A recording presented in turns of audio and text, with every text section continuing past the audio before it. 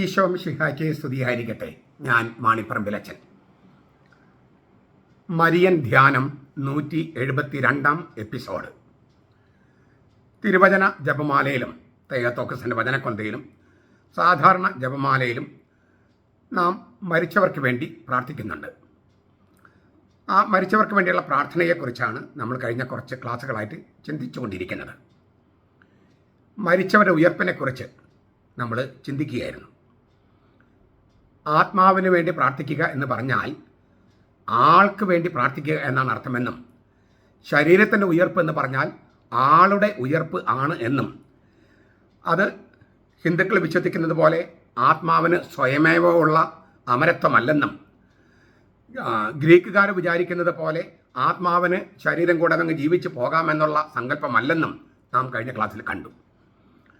തീർച്ചയായിട്ടും നമ്മൾ ഈ മരിച്ചവരുടെ ഉയർപ്പ് അല്ലെങ്കിൽ ശരീരത്തിൻ്റെ ഉയർപ്പ് എന്നൊക്കെ പറയുന്നത്, ഈ ആത്മാവിൻ്റെ ഉണർത്തൽ എന്ന് പറയുന്നത്, ആളായി തീർന്ന ആത്മാവിൻ്റെ ഉണർത്തൽ എന്നൊക്കെ പറയുന്നത് അന്ത്യദിനത്തിലാണ്.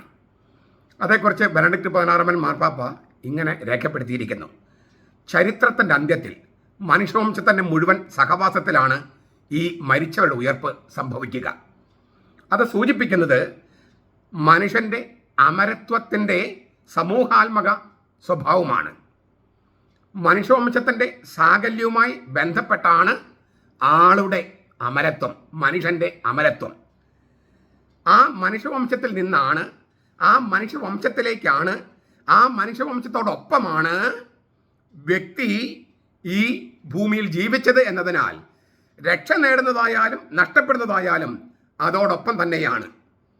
അമരത്വത്തിൻ്റെ സംഘാത സ്വഭാവമാണ്, കളക്റ്റീവ് ക്യാരക്ടർ, മനുഷ്യവംശവും വ്യക്തിയും തമ്മിലുള്ള ഈ കൂട്ടിക്കെട്ടൽ. ഗ്രീക്ക് തത്വചിന്തയനുസരിച്ച് ആത്മാവിലേക്ക് പൂർണ്ണമായും ബാഹ്യലോകത്ത് നിന്ന് വരുന്ന ഘടകങ്ങളാണ് ശരീരവും ചരിത്രവും. ആത്മാവിന് ജീവിക്കാൻ ശരീരമോ ചരിത്രമോ വേണ്ട ഗ്രീക്ക് ചിന്തയനുസരിച്ച്, മറ്റൊരു ജീവിയും വേണ്ട. എന്നാൽ മനുഷ്യവംശത്തെ, മനുഷ്യനെ ഒറ്റ ഏകകമായി, ഒറ്റ യൂണിറ്റായി കാണുന്ന ക്രൈസ്തവ വേദപുസ്തകത്തിൽ സഹജീവികളുമായുള്ള സഹവർത്തിത്വം ഘടനാപരമാണ്. മനുഷ്യൻ മനുഷ്യനായിരിക്കാൻ, മനുഷ്യന് മനുഷ്യനായി ജീവിക്കണമെങ്കിൽ മറ്റു മനുഷ്യരുമായുള്ള സഹവർത്തിത്വത്തിലേ പറ്റൂ.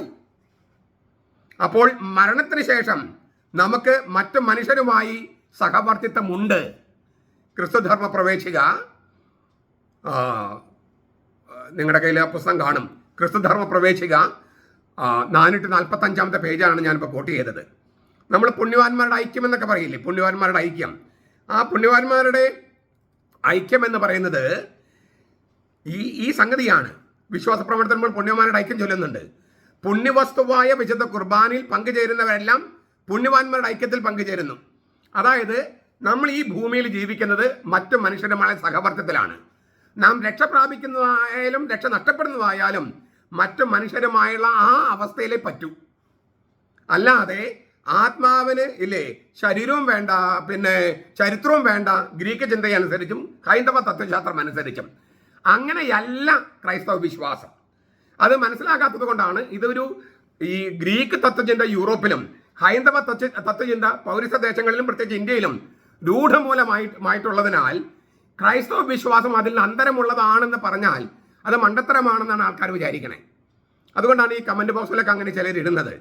അതായത് ഗ്രീക്ക് തത്വചിന്തയാണ്, അങ്ങനെ വിചാരിച്ചിട്ടാണ് പ്രൊട്ടസ്റ്റന്റുകാർ കത്തോലിക്ക സഭ വിട്ടുപോയത്. ഗ്രീക്ക് തത്വചിന്ത തന്നെയാണ് ക്രൈസ്തവ വിശ്വാസം എന്ന് തെറ്റിദ്ധരിച്ചിട്ടാണ് പ്രൊട്ടസ്റ്റന്റുകാർ കത്തോലിക്ക സഭ വിട്ടുപോയത്. അപ്പോൾ അവർ കത്തോലിക്ക സഭയുടെ തത്വത്തെ സത്യവേദ പുസ്തകത്തിലെയും ബൈബിളിലെയും സംഗതികൾ അവർ മനസ്സിലാക്കിയിട്ടില്ലെന്നർത്ഥം. ഞാൻ പറഞ്ഞു കഴിഞ്ഞു, ആത്മാവ് ശരീരത്തിൽ നിന്ന് വേറിട്ട് നിൽക്കുന്ന ഒരു ആത്മാവ് എന്ന അർത്ഥത്തിൽ ബൈബിളിൽ ഒരു വാക്കില്ല. അതുപോലെ ശരീരത്തിന് ഉയർപ്പ് എന്ന് പറഞ്ഞാൽ ആളുടെ ഉയർപ്പാണ്. ആത്മാവിന് വേണ്ടി പ്രാർത്ഥിക്കുക എന്ന് പറഞ്ഞാൽ ആൾക്ക് വേണ്ടി പ്രാർത്ഥിക്കാനാണ്. ഇതൊക്കെ നമ്മൾ പല പ്രാവശ്യം കണ്ടു കഴിഞ്ഞതാണ്, പിന്നെയും നമ്മൾ ആവർത്തിക്കേണ്ട കാര്യമില്ല. ഞാൻ ഈ കമന്റ് ബോക്സ് കണ്ടതുകൊണ്ട് പറയാണ്. അപ്പോൾ ഇഹലോകത്ത് നമ്മൾ മറ്റു മനുഷ്യരുമായുള്ള സഹവർത്തത്തിലാണ് ജീവിക്കുന്നതെങ്കിൽ പരലോകത്തും മറ്റു മനുഷ്യരുമായുള്ള സഹവർത്തത്തിലെ രക്ഷയാണെങ്കിലും ശിക്ഷയാണെങ്കിലും അനുഭവിക്കാൻ പറ്റും. ഇതിനെയാണ് പുണ്യവാന്മാരുടെ ഐക്യം എന്ന് പറയണേ. ചുരുക്കത്തിൽ ഇപ്പം നമ്മൾ കുറേ ദിവസങ്ങളായി ചർച്ച ചെയ്യുന്നതിൽ നിന്ന് 4 കാര്യങ്ങൾ നമുക്ക് ഉപസംഹാരമായിട്ട് എടുക്കാം. ആ 4 കാര്യങ്ങൾ നമ്മൾ ഇന്ന് ചർച്ച ചെയ്യാണ്. കുറെ ചർച്ചകൾ നടത്തി അതിന്റെ വെളിച്ചത്തിൽ നമുക്കൊരു 4 കാര്യങ്ങളിൽ നമുക്ക് ഉപസംഹരിക്കാം. 1, ഉത്ഥാനം, ഉയർപ്പ് എന്ന വാക്കിലൂടെ ബൈബിള് സൂചിപ്പിക്കുന്നത് ആളുടെ, മനുഷ്യൻ എന്ന അഖണ്ഡ വ്യക്തിയുടെ അമരത്വമാണ്. ഉത്ഥാനം, ഉയർപ്പ് എന്ന വാക്കിലൂടെ ബൈബിൾ എന്ന സത്യവേദ പുസ്തകം ഉദ്ദേശിക്കുന്നത് ആളുടെ, മനുഷ്യൻ എന്ന അഖണ്ഡ വ്യക്തിയുടെ അമരത്വമാണ്. ഗ്രീക്ക് തത്വചിന്തയിലും ഹൈന്ദവ തത്വചിന്തയിലും മനുഷ്യൻ നശ്വരനായ സൃഷ്ടിയാണ്. അതിനങ്ങ് ജീവിച്ചുകൊണ്ടേ ഇരിക്കാനാകില്ല. ശരീരം, ആത്മാവ് എന്നീ 2 വ്യത്യസ്ത തലങ്ങളിലുള്ള 2 ചേരുവകളുടെ കൂടിച്ചേരൽ അനുസരിച്ച് മരിക്കുമ്പോൾ വ്യത്യസ്ത വഴികളിലേക്ക് അത് തിരിയുന്നു. ഒന്ന് നശിക്കുന്നു, മറ്റൊന്ന് ജീവിക്കുന്നു.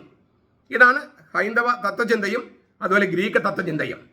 എന്നാൽ ക്രിസ്ത്യാനികളുടെ വിശ്വാസം അനുസരിച്ച്, ബൈബിൾ എന്ന സത്യവേദ പുസ്തകം അനുസരിച്ച് ഈ ജീവി തന്നെയാണ് നമ്മളായിരിക്കുന്ന ആ ജീവി, മനുഷ്യൻ എന്ന ജീവി തന്നെയാണ്, മനുഷ്യൻ എന്ന സൃഷ്ടിയാണ് രൂപാന്തരപ്പെട്ട അവസ്ഥയിൽ അമരത്വം പ്രാപിച്ച് ജീവിച്ചുകൊണ്ടേയിരിക്കുന്നത്. ഗ്രീക്ക് തത്വചിന്ത, ഹൈന്ദവ തത്വചിന്ത അനുസരിച്ച് ആത്മാവ് നശിക്കുന്നില്ല, ശരീരം നശിക്കുന്നു. ആത്മാവ് ജീവിച്ചുകൊണ്ടേയിരിക്കുന്നു, ശരീരം ജീവിക്കുന്നില്ല. അങ്ങനെയാണ് അവരുടെ വിശ്വാസം. ക്രൈസ്തവ വിശ്വാസം അതല്ല. നാം എന്ന ജീവിയാണ് മരണത്തിന് ശേഷം അമരത്വം പ്രാപിച്ച് നിത്യമായി ജീവിച്ചുകൊണ്ടിരിക്കുന്നത്. അപ്പോ വീണ്ടും ബെനഡിക്ട് മാർപ്പാപ്പയുടെ വാക്കുകൾ ഞാൻ പറയാണ്. നീണ്ട ഒരു ഇടവേളയ്ക്ക് ശേഷം ശരീരത്തിലേക്ക് ആത്മാവിനെ തിരികെ ഏൽപ്പിക്കലല്ല ഉത്ഥാനം കൊണ്ട് അർത്ഥമാക്കുന്നത്. നീണ്ട ഒരു ഇടവേളയ്ക്ക് ശേഷം ശരീരത്തിലേക്ക് ആത്മാവിനെ തിരികെ ഏൽപ്പിക്കലല്ല ഉത്ഥാനം കൊണ്ട് അർത്ഥമാക്കുന്നത്. മനുഷ്യർ തന്നെ തുടർന്നും ജീവിക്കുകയാണ്. മനുഷ്യൻ, ആത്മാവും ദേഹം, ദേഹി, ആത്മാവ് എന്ന 3 ഘടകങ്ങളുമുള്ള മനുഷ്യൻ തന്നെയാണ് ജീവിക്കുന്നത്. മനുഷ്യനെയാണ് ദൈവം മരണത്തിൽ നിന്ന് ഉണർത്തുന്നത്. അതാണ് ഉത്ഥാനം, അതാണ് അമരത്വം.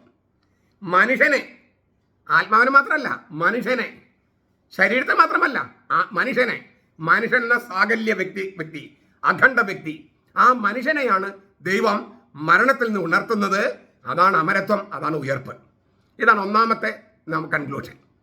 2, ക്രിസ്തീയ വിശ്വാസം അനുസരിച്ച് ആത്മാവിന് സ്വയമേവ മരണമില്ലാത്തത് കൊണ്ടല്ല അത് ഉയർപ്പിക്കപ്പെടുന്നതും ശരീരത്തിന്റെ മരണത്തിന് ശേഷം അത് തുടർന്ന് ജീവിച്ചുകൊണ്ടിരിക്കുന്നതും. ഞാൻ അത് പറയാൻ ആഗ്രഹിക്കുക. കാരണം നമ്മുടെ മനസ്സിലൊക്കെ രൂഢമൂലമായി കിടക്കുന്നത് ഈ ഗ്രീക്ക് തത്വചിന്തയോ അല്ലെങ്കിൽ ഹൈന്ദവ തത്വചിന്തയോ ആണ്. അപ്പോൾ ആത്മാവിന് സ്വയമേവ മരണമില്ലാത്തത് കൊണ്ടല്ല അത് ഉയർപ്പിക്കപ്പെടുന്നതും ശരീരത്തിന്റെ മരണത്തിന് ശേഷം അത് തുടർന്നുകൊണ്ട് ജീവിക്കുന്നതും. അത് അവരുടെ വിശ്വാസം അങ്ങനെയാണ്. ക്രൈസ്തവ വിശ്വാസം അങ്ങനെയല്ല. ഒന്നുകൂടെ വ്യക്തമാക്കിയാൽ, സ്വയമേവ നശിപ്പിക്കാനാകാത്ത ഘടകത്തിന്റെ നൈസർഗിക ശക്തിയിൽ നിന്നല്ല ബൈബിൾ വിവക്ഷിക്കുന്ന അമരത്വം പുറപ്പെടുന്നത്. ക്രിസ്തുധർമ്മ പ്രവേശിക 442. ഇത് വളരെ പ്രധാനപ്പെട്ടതാണ്. ആത്മാവിന് മരണമില്ലെന്ന് വിചാരിക്കുക, ആത്മാവിന് സ്വയമേവ അമരത്വം ഉണ്ടെന്ന് കരുതുക, പിന്നെ രക്ഷയുടെ ആവശ്യം എന്താ ഉള്ളേ? ആത്മാവ് മാത്രമാണ് ഉയർപ്പിക്കപ്പെടുന്നതെന്ന് വിചാരിക്കുക. എന്തിനാ രക്ഷകൻ? ആത്മാവ് നശിപ്പിക്കപ്പെടാൻ പറ്റാത്ത ഒരു ഘടകമാണ് ആത്മാവെങ്കിൽ, ആത്മാവ് ശരീരത്തിൽ വേർപ്പെടുന്നു, ആത്മാവിന് മരണമില്ല, ആത്മാവിന് സ്വയമേവ അമരത്വം ഉണ്ടെങ്കിൽ പിന്നെ രക്ഷകന്റെ ആവശ്യമുണ്ടോ? ഇതുകൊണ്ടാണ് ഹിന്ദു മതവിശ്വാസികൾക്ക് ഒരു രക്ഷകൻ വേണമെന്ന് പറഞ്ഞാൽ ഉൾക്കൊള്ളാൻ പറ്റാത്തത്. അവരുടെ രീതി അനുസരിച്ച് ആത്മാവിന് സ്വയമേവ അമരത്വമുണ്ട്, പിന്നെ എന്തിനാ രക്ഷകൻ? എന്നാൽ ക്രൈസ്തവ വിശ്വാസം അങ്ങനെയല്ല. ആത്മാവിന് സ്വയമേവ അമരത്വമുള്ളത് കൊണ്ടല്ല ശരീരത്തിൽ വേർപ്പെട്ടതിന് ശേഷം ആത്മാവ് ഇങ്ങനെ ജീവിച്ചുകൊണ്ടിരിക്കുന്നത്. അത് അവരുടെ വിശ്വാസം അങ്ങനെയാണ്. പക്ഷെ നമ്മുടെ വിശ്വാസം അങ്ങനെയല്ല. ഞാൻ ഒന്നുകൂടി പറയാണ്. സ്വയമേവ നശിപ്പിക്കാനാകാത്ത ഘടകമായ ആത്മാവിന്റെ നൈസർഗിക ശക്തിയിൽ നിന്നല്ല ബൈബിൾ വിവക്ഷിക്കുന്ന അമരത്വം പുറപ്പെടുന്നത്. ഞാൻ പറഞ്ഞു കഴിഞ്ഞു. ആത്മാവിന് സ്വയമേവ അമരത്വം ഉണ്ടെങ്കിൽ, അതിന്റെ സ്വയം ശക്തിയിൽ അതിന് തുടർന്നങ്ങ് ജീവിക്കാൻ പറ്റുമെങ്കിൽ പിന്നെ എന്തിനാ രക്ഷകൻ? മുൻപേ ഉണ്ടായിരുന്നതും സ്വതന്ത്രമായ ആത്മാവിന്റെ അമരത്വത്തിന്റെ പോരായ്മ നികത്തുകയല്ല മരിച്ചവരുടെ ഉയർപ്പ്. മുൻപുണ്ടായിരുന്നതും സ്വതന്ത്രവുമായ ആത്മാവിന്റെ അമരത്വത്തിന് ഒരു പോരായ്മയുണ്ടെങ്കിൽ അത് നികത്താണ് മരിച്ചവരുടെ ഉയർപ്പ് എന്ന് ചിലർ പറയും. അതുമല്ല ക്രിസ്തുധർമ്മ പ്രവേശിക 442. പിന്നെ എന്താണ്? മരിച്ചവരിൽ ഉത്ഥാനം ചെയ്ത യേശു തൻ്റെ നിത്യജീവിതത്തിൽ, ശാശ്വത ജീവിതത്തിൽ നമ്മെ ഉൾച്ചേർത്തുന്നത് കൊണ്ടാണ് നാം മരിച്ചവരിൽ നിന്ന് ഉയർപ്പിക്കപ്പെടുന്നത്. ഞാനത് ഒന്നുകൂടി ആവർത്തിക്കാൻ ആഗ്രഹിക്കുകയാണ്. മരിച്ചവരിൽ നിന്ന് ഉത്ഥാനം ചെയ്ത യേശു, അങ്ങനെ ഒരൊറ്റ ആളെ ചെയ്തിട്ടുള്ളൂ. രാമനോ കൃഷ്ണനോ ബുദ്ധനോ മുഹമ്മദോ ആരും തന്നെ മരിച്ചവർ ഉയർപ്പിക്കപ്പെട്ടിട്ടില്ല. മരിച്ചവരിൽ ഉത്ഥാനം ചെയ്ത യേശു നമ്മെ അവന്റെ ശാശ്വത ജീവിതത്തിൽ ഉൾച്ചേർത്തുന്നത് കൊണ്ടാണ് നാം മരിച്ചവരിൽ ഉയർപ്പിക്കപ്പെടുന്നത്. രണ്ടുപേരുടെ, അതായത് ഉയർപ്പിക്കുന്നവന്റെയും ഉയർപ്പിക്കപ്പെടുന്നവന്റെയും, ഉയർപ്പിക്കുന്ന യേശുവിന്റെയും ഉയർപ്പിക്കപ്പെടുന്ന നമ്മുടെയും ഉൾച്ചേരൽ നമ്മുടെ ഉത്ഥാനത്തിലുണ്ട്. രണ്ടുപേര് ആത്മാവിന് സ്വയമേവ അമരത്വമുള്ളത് കൊണ്ടല്ല, മരിച്ചവരിൽ ഉയർപ്പിക്കപ്പെട്ട യേശു നമ്മെ അവന്റെ ശാശ്വതമായ ജീവിതത്തിൽ, നിത്യജീവിതത്തിൽ നമ്മെ ഉൾച്ചേർത്തുന്നത് കൊണ്ടാണ് മരിച്ചവരിൽ നിന്ന് നാം ഉയർപ്പിക്കപ്പെടുന്നത്. അപ്പൊ രണ്ടുപേരുടെ ഉൾച്ചേരലുണ്ട്, ഉയർപ്പിക്കുന്നവന്റെയും ഉയർപ്പിക്കപ്പെടുന്നവന്റെയും. ഇയ്യോബിന്റെ പുസ്തകം 19-ാം അധ്യായം 25-26 വാക്യങ്ങൾ, സങ്കീർത്തനം 73-23. ഞാൻ ആവർത്തിക്കട്ടെ, ശ്രീബുദ്ധനോ ശ്രീരാമനോ ശ്രീകൃഷ്ണനോ മുഹമ്മദോ മരിച്ചവരിൽ ഉയർത്തിട്ടില്ല. യേശുക്രിസ്തു മാത്രമാണ് മരിച്ചവരുടെ ഇടയിൽ നിന്ന് ഉത്ഥാനം ചെയ്തിട്ടുള്ളത്. അതുകൊണ്ട് തന്നെ അവന് മാത്രമേ മനുഷ്യരെ മരിച്ചവരുടെ ഇടയിൽ നിന്ന് ഉയർപ്പിക്കാനുള്ള ശക്തിയുള്ളൂ. മരിച്ചവരിൽ നിന്ന് ഉയർപ്പിക്കപ്പെട്ട ആൾക്ക് മാത്രമല്ലേ നമ്മെ മരിച്ചവരിൽ നിന്ന് ഉയർപ്പിക്കാൻ പറ്റുള്ളൂ. സ്വന്തക്കാരെ രക്ഷിക്കാൻ ഏതറ്റം വരെയും പോകുന്ന സ്നേഹമായ യേശു, യോഹന്നാൻ 13:1, മരിച്ചവരിൽ നിന്ന് ഉയർക്കുകയും തന്നെ സ്നേഹിക്കുന്നവർക്കെല്ലാം ശാശ്വത ജീവൻ, നിത്യത്വം ഉറപ്പു നൽകുകയും ചെയ്തിരിക്കുന്നു. സ്നേഹത്തിന് വേണ്ടി നമ്മൾ കൊതിക്കുന്നു അല്ലേ? എല്ലാവരും സ്നേഹത്തിന് വേണ്ടി കൊതിക്കുന്നു. എന്താ സ്നേഹം? അമരത്വം പ്രാപിക്കാനുള്ള, നിത്യത്വം പ്രാപിക്കാനുള്ള, ശാശ്വതത്വം പ്രാപിക്കാനുള്ള മോഹമാണ് ശരിക്കും പറഞ്ഞ സ്നേഹം. എങ്ങനെയെങ്കിലും ശാശ്വതമായി നിൽക്കണം, മരണത്തെ അതിജീവിക്കാനുള്ള ശ്രമമാണ് സ്നേഹം. അപ്പോൾ എല്ലാ സ്നേഹവും നിത്യത്വത്തിനായി കൊതിക്കുന്നു. ദൈവത്തിന്റെ സ്നേഹം അതിനായി ദാഹിക്കുക മാത്രമല്ല, അത് സാക്ഷാത്കരിക്കുന്നു. കാരണം അത് നിത്യസ്നേഹമാണ്. ആ സാക്ഷാത്കാരമാണ് മരിച്ചവരുടെ ഉയർപ്പ്. സ്നേഹം നിത്യത്വത്തിനായി കൊതിക്കുന്നു. ദൈവം നമ്മൾ നിത്യത്തിൽ ജീവിക്കണമെന്ന് ആഗ്രഹിക്കുന്നു. അത് അവൻ സാക്ഷാത്കരിക്കുന്നു, ക്രിസ്തുവിനെ ഉയർപ്പിച്ചുകൊണ്ടും അങ്ങനെ ഉയർപ്പിക്കപ്പെട്ട ക്രിസ്തുവിലേക്ക് നമ്മെ ഉൾച്ചേർത്തിക്കൊണ്ടും. ക്രിസ്തു ധർമ്മ പ്രവേശിക 4:43-4:44. അതിനാൽ മരിച്ചവരുടെ ഉത്ഥാനത്തിൽ മനുഷ്യന്റെ ഏറ്റവും സാരാംശമായ ആളത്വം നിലനിൽക്കുന്നു. മരിച്ചവരുടെ ഉത്ഥാനത്തിൽ മനുഷ്യന്റെ ഏറ്റവും സാരാംശമായ ആളത്വം നിലനിൽക്കുന്നു. അതായത് ഭൗമികമായ അസ്തിത്വത്തിലൂടെ പരിഭാഗം വന്ന ശാരീരികമായി തീർന്ന ആത്മീയതയും ആത്മീയമായി തീർന്ന ശാരീരികതയും മരണത്തിന് ശേഷവും അസ്തിത്വത്തിൽ മറ്റൊരു തരത്തിൽ തുടരുന്നതാണ് മരിച്ചവരുടെ ഉയർപ്പ്. ശാരീരികതയായി തീർന്ന ആത്മീയതയും ആത്മീയമായി തീർന്ന ശാരീരികതയും, ഇതൊക്കെ ഞാൻ മുമ്പ് പറഞ്ഞിട്ടുണ്ട്, എന്നാലും ഒന്നുകൂടി പറയുകയാണ്. ദൈവം സൃഷ്ടിച്ച ആത്മാവിന് മാംസം കൊടുക്കാൻ, ശരീരം കൊടുക്കാൻ നമ്മുടെ മാതാപിതാക്കളോട് ദൈവം ആവശ്യപ്പെടുകയാണ്. അങ്ങനെ മാതാപിതാക്കൾ ദൈവം സൃഷ്ടിച്ച ആത്മാവിന് ശരീരം കൊടുക്കുമ്പോൾ, അതാണ് അവരുടെ മാതാപിതാക്കളുടെ ശാരീരിക സംയോഗം എന്ന് പറയണേ, ലൈംഗിക സംയോഗം. അപ്പോൾ ശരീരം കൊടുക്കുമ്പോൾ, ദൈവം സൃഷ്ടിച്ച ആത്മാവിന് ഒരു ശരീരം കൊടുക്കുമ്പോൾ ആ ആത്മാവ് തന്നെ ആളായിട്ട് മാറുന്നു. ആ ശരീരം ആത്മാവായി തീരുന്നു, വേർതിരിക്കാൻ പറ്റാത്ത വിധം. അതിനെയാണ് ആളത്വം എന്ന് പറയണേ. ഈ ദൈവം സൃഷ്ടിച്ച ആത്മാവിന് മാതാപിതാക്കൾ ശരീരം കൊടുക്കുമ്പോൾ ആ ആത്മാവ് തന്നെ ആളായി മാറുന്നു, ആ ശരീരം തന്നെ ആത്മീയതയായിട്ട് മാറുന്നു. അതാണ് ബെനഡിക്ട് മാർപ്പാപ്പ പറയുന്നത്, ശാരീരികമായി തീർന്ന ആത്മീയതയും ആത്മീയമായി തീർന്ന ശാരീരികതയും മരണത്തിന് ശേഷം അസ്തിത്വത്തിൽ മറ്റൊരു തരത്തിൽ തുടരുന്നു. ഇതിനാണ് ആളത്വത്തിന്റെ ഉയർപ്പ്, ആളുടെ ഉയർപ്പ് എന്നൊക്കെ ഞാൻ കഴിഞ്ഞ ക്ലാസ്സിൽ പറഞ്ഞത്. ക്രിസ്തുധർമ്മ പ്രവേശിക 4:47 നിങ്ങൾക്ക് വായിക്കാം. ഞാൻ ഇതെല്ലാം കോട്ട് ചെയ്യുന്നത്, ഒന്ന്, നിങ്ങളിൽ പലരുടെ കയ്യിൽ ആ പുസ്തകമുണ്ട്. രണ്ടിത് മാണിപ്പറമ്പലച്ചൻ്റെ ഭാവനയോ മണ്ടത്തരോ അല്ല എന്ന് വ്യക്തമാക്കാൻ വേണ്ടിയാണ്. ഒന്നുകൂടി പറഞ്ഞാൽ, ചരിത്രത്തിനുള്ളിൽ ശരീരത്തോടെ ജീവിക്കുന്ന മനുഷ്യന്, ആത്മാവ് മാത്രമല്ലല്ലോ നമ്മൾ, ശരീരം കൂടിയല്ലേ, ഈ ചരിത്രത്തിനുള്ളിൽ ശരീരത്തോടെ ജീവിക്കുന്ന മനുഷ്യന് അമരത്വം കൊടുക്കാൻ ദൈവം തിരുമനസ്സാകുകയും കൊതിക്കുകയും ചെയ്യുന്നു. നമ്മൾ ശരീരത്തോടു കൂടിയാണ് ഈ ഭൂമിയിൽ ജീവിക്കണേ. അങ്ങനെ ശരീരത്തോടു കൂടി ജീവിക്കുന്ന മനുഷ്യന് അമരത്വം കൊടുക്കാനാണ് ദൈവം തീരുമാനിക്കുന്നതും ചെയ്യുന്നതും. അനശ്വരമായ ആത്മാവ് സ്വയം നേടുന്നതല്ല, ദൈവം കൊടുക്കുന്നതാണ് മരിച്ചവരുടെ ഉയർപ്പ്. മുമ്പ് പറഞ്ഞു തന്നെ ഒന്നുകൂടി ആവർത്തിക്കുകയാണ്. ആവർത്തിക്കുന്നതിന് കാരണം ഒരുപാട് തെറ്റിദ്ധാരണയുള്ളത് കൊണ്ടാണ്. ആത്മാവിന് മരണമില്ലെന്നും ആത്മാവ് അമരത്വമുള്ളതാണെന്നും അതുകൊണ്ട് ആത്മാവ് ശരീരം വേർപ്പെടുമ്പോൾ ആത്മാവ് നിത്യമായി ജീവിക്കുന്നുവെന്നും വിശ്വസിക്കുന്നെങ്കിൽ അത് ഹൈന്ദവ വിശ്വാസമാണ്, ക്രൈസ്തവ വിശ്വാസമല്ല. ഗ്രീക്ക് വിശ്വാസമാണ്, ഗ്രീക്ക് തത്വചിന്തയാണ്, ക്രൈസ്തവ വിശ്വാസമല്ല. മറിച്ച് ചരിത്രത്തിനുള്ളിൽ നാം ജീവിക്കുന്നത് ശരീരത്തോടു കൂടിയാണ്. അങ്ങനെ ശരീരത്തോടു കൂടിയ മനുഷ്യന് അമരത്വം കൊടുക്കാനാണ് ദൈവം തിരുമനസ്സാകുന്നതും കൊടുക്കുന്നതും. അനശ്വരമായ ആത്മാവ് സ്വയം നേടുന്നതല്ല മരിച്ചവരുടെ ഉയർപ്പ്, ദൈവം നൽകുന്നതാണ്. ക്രിസ്തുധർമ്മ പ്രവേശിക 444. മനുഷ്യന്റെ ഉണ്മ, ബീയിങ്, ദൈവത്തിന്റെ നിത്യത്വത്തിലേക്ക് പ്രവേശിച്ചത് ഏത് മനുഷ്യനിലൂടെയാണോ ആ മനുഷ്യനായ ക്രിസ്തുവിനോട് കൂടിയാണ്, പിതാവുമായി ഒന്നായി തീർന്ന മനുഷ്യനായ ക്രിസ്തുവിനോട് കൂടിയാണ് മനുഷ്യന്റെ ഭാവി സുനിശ്ചിതമായി തുറക്കപ്പെട്ടത്. ക്രിസ്തുവിനെ മരിച്ചവരുടെ ഇടയിൽ നിന്ന് കർത്താവ് ദൈവപിതാവ് ഉയർപ്പിച്ചപ്പോൾ അവൻ പുതിയ ജനസിലുള്ള ഒരു ജീവൻ, പുതിയ ജനസിലുള്ള ജീവൻ ഉദ്ഘാടനം ചെയ്തു. അതാണ് നമ്മുടെ ഭാവി. ജീവശാസ്ത്രപരമായ ജീവൻ, അതീതമായ ജീവൻ, മരണത്തിന്റെയും അഴകളുടെയും നിയമങ്ങൾക്ക് വിധേയമല്ലാത്ത ജീവൻ, അതാണ് അവൻ ഉദ്ഘാടനം ചെയ്തത്. അങ്ങനെ ഉദ്ഘാടനം ചെയ്ത മനുഷ്യനോട് കൂടിയാണ്, ആ ക്രിസ്തുവിനോട് കൂടിയാണ് മനുഷ്യന്റെ ഭാവി ഉത്ഥാനം സുനിശ്ചിതമായി തുറക്കപ്പെട്ടിരിക്കുന്നത്. യേശുവിൽ ദൈവത്തിന്റെ വചനം മാംസം ധരിക്കുകയും നമ്മുടെ അസ്തിത്വത്തിലേക്ക് ശരിക്കും പ്രവേശനം നേടുകയും ചെയ്തു. വചനം മാംസമായി നമ്മുടെ ഇടയിൽ വസിച്ചു.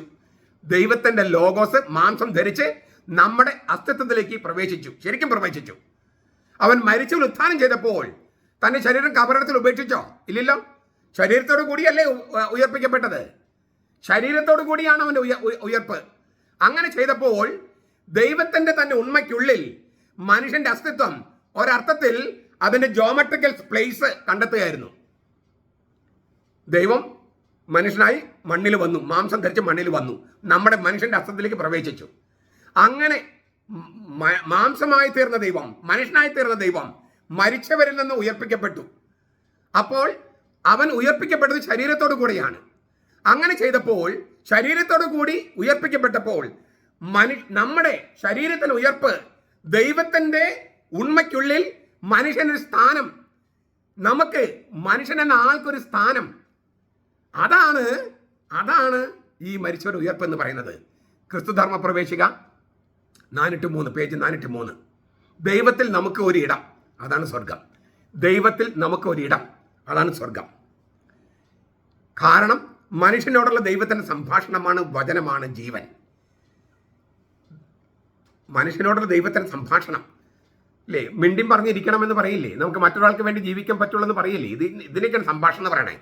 സംഭാഷണം എന്ന് പറഞ്ഞാൽ മറ്റൊരാളുടെ സാന്നിധ്യത്തിലേ നമുക്ക് ജീവിക്കാൻ പറ്റൂ, മറ്റൊരാൾക്ക് വേണ്ടി നമുക്ക് ജീവിക്കാൻ പറ്റൂ. നാം നമുക്ക് വേണ്ടി തന്നെ ജീവിക്കുന്നു എന്ന് വന്നാൽ അത് ഡിപ്രഷനിലേക്ക് പോകും, ഉന്മാദാവസ്ഥ, ഭ്രാന്തിന്റെ വക്കിലേക്ക് പോകും, അല്ലെങ്കിൽ ഭ്രാന്തായി മാറും. അപ്പം മനുഷ്യന് അല്ലേ മറ്റൊരു സംഭാഷണത്തിലേ ജീവിക്കാൻ പറ്റൂ, ഒരു വചനത്തിൽ ജീവിക്കാൻ പറ്റൂ, മറ്റുള്ളവരുമായി സംസർഗത്തിൽ ജീവിക്കാൻ പറ്റൂ. മനുഷ്യനോടുള്ള ദൈവത്തിന്റെ സംഭാഷണമാണ് ജീവൻ. ആ ജീവൻ നമുക്ക് തരിക എന്ന് പറഞ്ഞാൽ ദൈവത്തിൽ ഒരിടം നമുക്ക് നൽകുക, അതിനെ സ്വർഗം എന്ന് പറയണേ. നിത്യനായി ജീവിക്കുന്നവനാണ് മനുഷ്യനെ സംബുദ്ധി ചെയ്യുന്നത്, അവനുമായി സംഭാഷണത്തിൽ ഏർപ്പെടുന്നത്. എന്ന കാരണത്താൽ ഈ സംഭാഷണത്തിൽ ദൈവത്തിന്റെ പങ്കാളിക്ക് തന്നിൽ തന്നെ ജീവനുണ്ട്. അതിനർത്ഥം നമ്മോടുള്ള ദൈവത്തിന്റെ വചനമായി ക്രിസ്തു തന്നെയാണ് പുനരുത്ഥാനവും ജീവനും. ഞാനാണ് പുനരുത്ഥാനവും ജീവനും. യോഹന്നാൻ 11:25. അപ്പൊ എന്താണ് മരിച്ചവരുടെ ഉയർപ്പ്? ക്രിസ്തു എന്ന ആളിലായിരിക്കുന്നതാണ്. ക്രിസ്തു എന്ന ആളിലായിരിക്കുന്നതാണ് മരിച്ചവരുടെ ഉയർപ്പ്. ക്രിസ്തുവിലേക്കുള്ള ഈ പ്രവേശനം, അതിനെയാണ് നമ്മൾ വിശ്വാസം എന്ന് വിളിക്കണേ.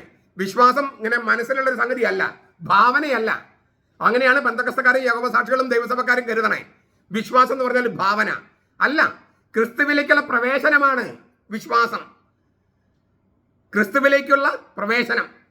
അപ്പോൾ ദൈവത്താൽ അറിയപ്പെട്ടാലേ, ദൈവത്താൽ സ്നേഹിക്കപ്പെട്ടാലേ ഈ ക്രിസ്തുവിലേക്ക് പ്രവേശിക്കാൻ കഴിയൂ. ആ ക്രിസ്തുവിലേക്കുള്ള പ്രവേശനത്തെയാണ് അമരത്വം എന്ന് പറയണേ. ക്രിസ്തുധർമ്മ പ്രവേശിക 446. പുത്രനിൽ വിശ്വസിക്കുന്നവന് നിത്യജീവനുണ്ട്. പുത്രനിലേക്ക് പ്രവേശിക്കുന്നവന് നിത്യജീവനുണ്ടെന്നർത്ഥം. പുത്രനിൽ വിശ്വസിക്കാത്തവന് നിത്യജീവനില്ല. പുത്രനിലേക്ക് പ്രവേശിക്കുന്നില്ലെങ്കിൽ അവർക്ക് അമരത്വമില്ല, നിത്യജീവനില്ല. എന്ന് വെച്ചാൽ നിത്യത്വത്തിലേക്ക്, ശാശ്വതമായ ജീവനിലേക്ക്, അമരത്വത്തിലേക്ക് സ്വയമേവ പറന്നു പോകാനുള്ള ചിറകുകൾ ആത്മാവിനില്ല. നിങ്ങൾ ഈ ടോക്ക് ഒരു 6-7 പ്രാവശ്യമെങ്കിലും മനസ്സിരുത്തി കേൾക്കുമെന്നുള്ള പ്രത്യാശയിലാണ് ഞാൻ പറയുന്നത്. വളരെ ഗഹനമായ സംഗതിയാണ്. പക്ഷേ ഇതാണ് ക്രൈസ്തവ വിശ്വാസം. അപ്പം മൂന്നാമത്തെ കൺക്ലൂഷൻ ഇതൊക്കെയാണ്.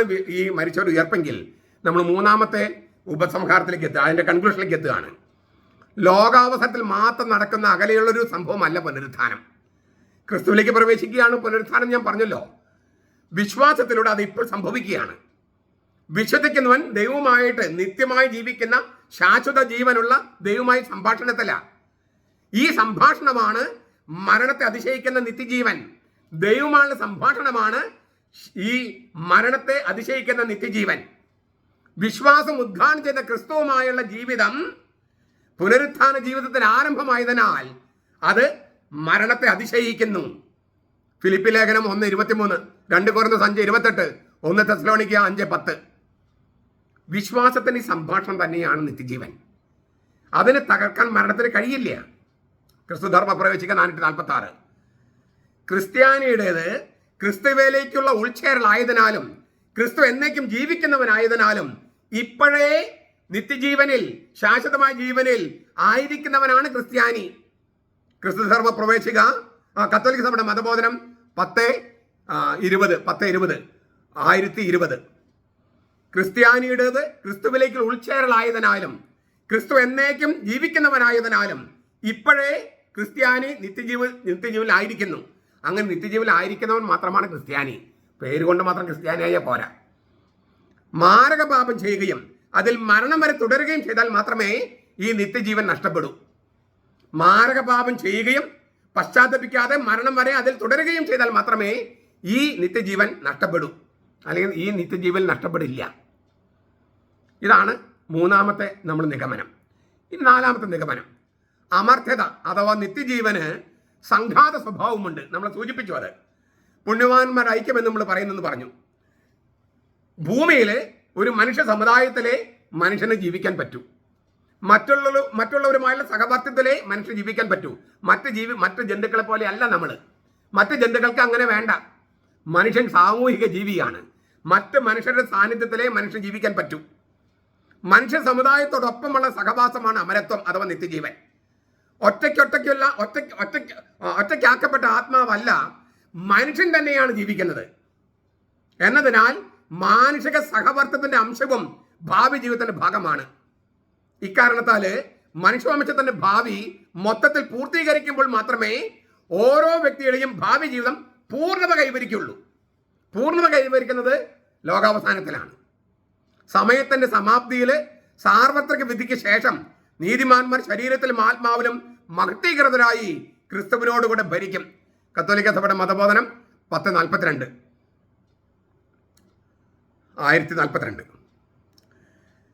ഈ ഭൗതിക പ്രപഞ്ചം തന്നെ രൂപാന്തരപ്പെടും. പുതിയ ആകാശം പുതിയ ഭൂമിയും വരുന്നല്ലേ? അങ്ങനെയല്ലേ പറഞ്ഞു? ഈ ഭൂമി നശിപ്പിക്കപ്പെടുമെന്നല്ല പറഞ്ഞത്. പുതിയ ആകാശം പുതിയ ഭൂമിയും ഈ പ്രപഞ്ചം തന്നെ രൂപാന്തരപ്പെടുകയാണ്. കത്തോലിക്ക സഭയുടെ മതബോധനം 1060. ഇതൊക്കെ തനത് വിധിയെ തകിടം മറിക്കുകയല്ല അന്ത്യവിധിയിൽ ചെയ്യുന്നത്. പ്രത്യുത നന്മ ചെയ്തവർ ജീവന്റെ ഉയർപ്പിനായും തിന്മ ചെയ്തവർ ശിക്ഷാവിധിയുടെ ഉയർപ്പിനായും പുറത്തു വരുമെന്നാണ് പറഞ്ഞത്. സ്ലീഹന്മാരുടെ നടപടി 24:15, ദാനിയേൽ 12:1, കത്തോലിക്ക സഭയുടെ മതബോധനം 10:38. അവരുടെ ആത്മാക്കള് തങ്ങളുടെ ശരീരങ്ങളോട് വീണ്ടും ഒന്നിക്കപ്പെടുകയും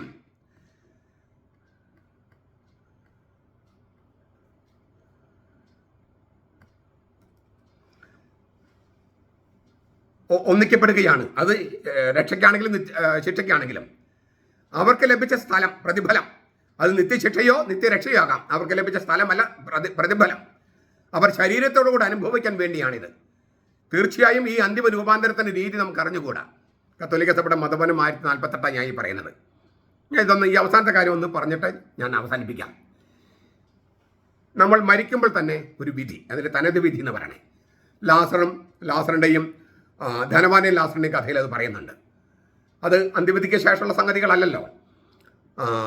അതുപോലെ തന്നെ ലാസർ ഉയർപ്പിക്കുന്ന രംഗത്തെ കർത്താവ് പറയുന്നുണ്ട്, ഞാനാണ് പുനരുത്ഥാനവും ജീവനും.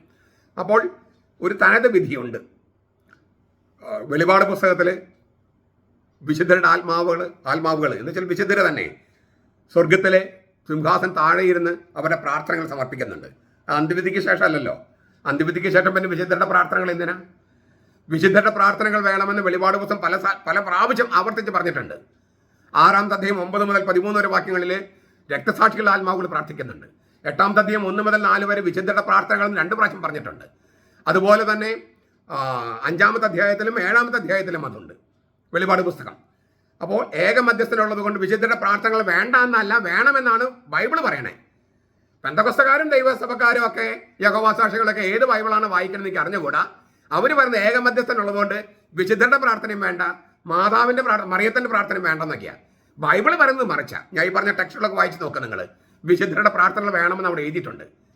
അപ്പോൾ ഈ പെന്തക്കോസ്തക്കാരും യഹോവാസാക്ഷികളും ദൈവസഭക്കാരൊക്കെ കത്തോലിക്ക സഭയെ ആക്രമിക്കാൻ പറ്റിയ വചനം മാത്രം സ്വീകരിക്കുകയും അല്ലാത്ത വചനം തമസ്കരിക്കുകയും ചെയ്യും. അതൊരു പൈശാചിക പ്രവൃത്തിയല്ലേ? അവർക്ക് ഇഷ്ടപ്പെട്ട വചനം മാത്രം സ്വീകരിക്കുക, ഇഷ്ടപ്പെടാത്ത വചനങ്ങളൊക്കെ കത്തോലിക്ക സഭ അംഗീകരിക്കുന്ന വചനങ്ങളൊക്കെ അവർ റദ്ദാക്കുക. ഇതെന്തൊരു മര്യാദയത്? അത് ശരിയാണോ? വിശുദ്ധരുടെ പ്രാർത്ഥനകൾ വേണമെന്ന് എത്ര പ്രാവശ്യമാണ് എഴുതിയിരിക്കുന്നത്? എന്നിട്ടും വിശുദ്ധരുടെ പ്രാർത്ഥനകൾ വേണ്ട, മറിയത്തിൻ്റെ മധ്യസ്ഥം വേണ്ടെന്ന് പറഞ്ഞ് നടക്കുകയാണ്. എൻ്റെ കർത്താവിൻ്റെ അമ്മ എന്ന് ബൈബിൾ പറഞ്ഞിട്ടുണ്ട് ലൂക്കാസ് സുവിശേഷം 1-ാമത്തെ അധ്യായത്തിൽ. എന്നിട്ട് കത്തോലിക്കരാണ് കർത്താവിന് അമ്മയുണ്ടാക്കിയെന്ന് പറഞ്ഞ് നടക്കുക. അവർ ഏത് ബൈബിളാണ് വായിക്കണേ? സത്യവേദ പുസ്തകത്തിലും എഴുതി എൻ്റെ കർത്താവിൻ്റെ അമ്മ എന്നുണ്ട്. ഇതൊന്നും തിരിച്ചറിയാതെ, അല്ലെങ്കിൽ തിരിച്ചറിഞ്ഞിട്ടും ബോധപൂർവം അവർ അന്ധത നടിക്കുകയാണ്. ചുരുക്കത്തിൽ ഞാൻ ഇതൊന്ന് പറയാണ്, തനത് വിധിയുണ്ട്. ആ തനത് വിധിയെ റദ്ദാക്കുകയോ നിരാകരിക്കുകയോ അല്ല അന്ത്യവിധിയിൽ ചെയ്യുന്നത്. അന്ത്യവിധിയിൽ എന്താ സംഭവിക്കുന്നത്? നമ്മൾ അടുത്ത ക്ലാസ്സിൽ കുറച്ചുകൂടി വ്യക്തമായിട്ട് ഞാൻ പറയാം. അതായത് മരിക്കുമ്പോൾ എന്ത് സംഭവിക്കുന്നു, ആ സംഗതി ഞാൻ അടുത്ത ക്ലാസ്സിൽ പറയാം. ഇപ്പം ഞാൻ ഈ 4-ാമത്തെ പോയിന്റ് പറഞ്ഞ് അവസാനിപ്പിക്കട്ടെ. അതായത് നമ്മൾ ക്രിസ്തുവിലേക്ക് ഉൾച്ചേർക്കപ്പെടുന്നതുകൊണ്ട് ഇപ്പോഴേ നിത്യജീവനിലാണ്. നമ്മുടെ ആളത്വമാണ്, മനുഷ്യനാണ് ഉയർപ്പിക്കപ്പെടുന്നത്. അന്ത്യവിധിയിലാണ് നമ്മുടെ ശരീരം ഉയർപ്പിക്കപ്പെട്ട് ഈ ആളത്വത്തോട് ചേർക്കുന്നത്. രൂപാന്തരപ്പെട്ട ശരീരം സ്വീകരിക്കുന്ന അന്ത്യവിധിയിലാണ്. അത് നമുക്ക് കിട്ടിയ വിധി, തനത് വിധിയിൽ കിട്ടിയ വിധി ശരീരത്തോടു കൂടി, അത് ശിക്ഷയാണെങ്കിലും രക്ഷയാണെങ്കിലും ശരീരത്തോടു കൂടി, രൂപാന്തരപ്പെട്ട ശരീരത്തോടു കൂടി അനുഭവിക്കുന്നതിന് വേണ്ടിയാണ് അന്ത്യവിധി. അല്ലാതെ തനത് വിധിയെ റദ്ദാക്കുകയല്ല. കൂടുതൽ കാര്യങ്ങൾ ഞാൻ പറഞ്ഞല്ലോ. നമ്മൾ മരിക്കുമ്പോൾ എന്ത് സംഭവിക്കുന്നു അത് നമുക്ക് അടുത്ത ക്ലാസ്സിൽ ചർച്ച ചെയ്യാം. അപ്പോൾ മരിച്ചവർക്ക് വേണ്ടിയുള്ള പ്രാർത്ഥന എന്താണ്, എന്തിനാണ് എന്നൊക്കെ നമുക്ക് മനസ്സിലാക്കാൻ കുറച്ചുകൂടി പറ്റും. ഇത് ഇച്ചിരി ഗഹനമായ കാര്യങ്ങളാണ്. കഴിഞ്ഞ ക്ലാസ്സുകളുടെ തുടർച്ചയായിട്ടുള്ള ഒരു നിഗമനമാണ് നമ്മൾ എടുത്തത്. മരിക്കുമ്പോൾ നമുക്ക് എന്ത് സംഭവിക്കുന്നു എന്ന് വ്യക്തമാക്കാൻ വേണ്ടിയാണ് ഞാൻ ഇത്രയൊക്കെ നീണ്ട ചർച്ചകൾ നടത്തിയത്. നിങ്ങളത് ആഴത്തിൽ പഠിപ്പിക്കണമെന്നും നമ്മുടെ മക്കളെ പഠിപ്പിക്കണമെന്നും ഒക്കെ ഞാൻ പ്രത്യേകം ആവശ്യപ്പെടുകയാണ്. കാരണം നമ്മുടെ മക്കൾ പല സ്ഥലത്ത് പോകുന്നു, ജിമ്മിൽ പോകുന്നു, പിന്നെ അവിടെ എക്സർസൈസിന് പോകുന്നു, സ്കൂളിൽ പോകുന്നു.